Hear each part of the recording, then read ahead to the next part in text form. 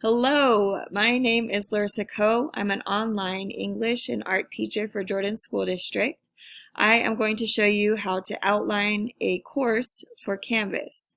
This is the most useful thing by far that I created when planning this course. And it all started with the standards. I looked through the standards for the course and decided the things that are really important for me to teach my students. And from there, I outlined exactly what I would do each week. I started by dividing this course. This is 11A, so the first quarter of English 11. Divided it into weeks. They're usually about 7 to 9 weeks. So I kept it at 7. So I divided this course into 7 weeks. And then I thought about what I would want them to do each week, what skills they would need to practice a lot throughout the quarter. And I settled on informal writing, reading and analysis, grammar and vocabulary, and discussion. So because there are a lot of standards that fall into each of these 4 categories, I decided to include them almost every week with a few exceptions.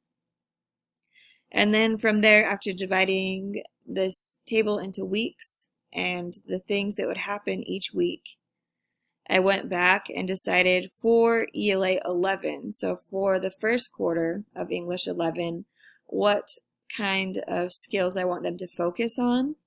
So I have some reading and analysis skills, writing skills, vocabulary and grammar focus that I want them to really focus on this quarter.